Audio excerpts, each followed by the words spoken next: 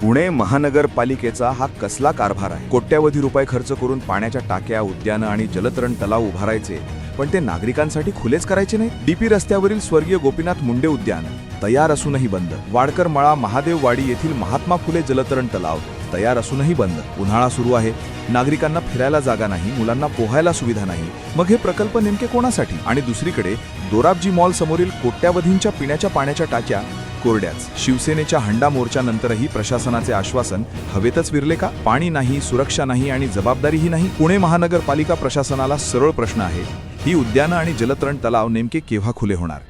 आणि पाण्याच्या टाक्यांमध्ये सुरळीत पाणी पुरवठा व सुरक्षा व्यवस्था केव्हा बसवणार? शिवसेनेचा हिसका दाखवल्याशिवाय पुणे महानगरपालिका प्रशासनाला जाग येणार नाही का? आणि तसे असेल तर निर्माण होणाऱ्या कायदा व सुव्यवस्थेच्या प्रश्नासाठी पण पुणे महानगरपालिका प्रशासनच जबाबदार राहील. पुढील 8 दिवसात पाण्याच्या टाक्या, महात्मा फुले जलतरण तलाव तसेच स्वर्गीय गोपीनाथराव मुंडे उद्यान जर सुरू झाले नाही तर शिवसैनिक शिवसेना स्टाईलने नागरिकांसाठी सुरू करतील.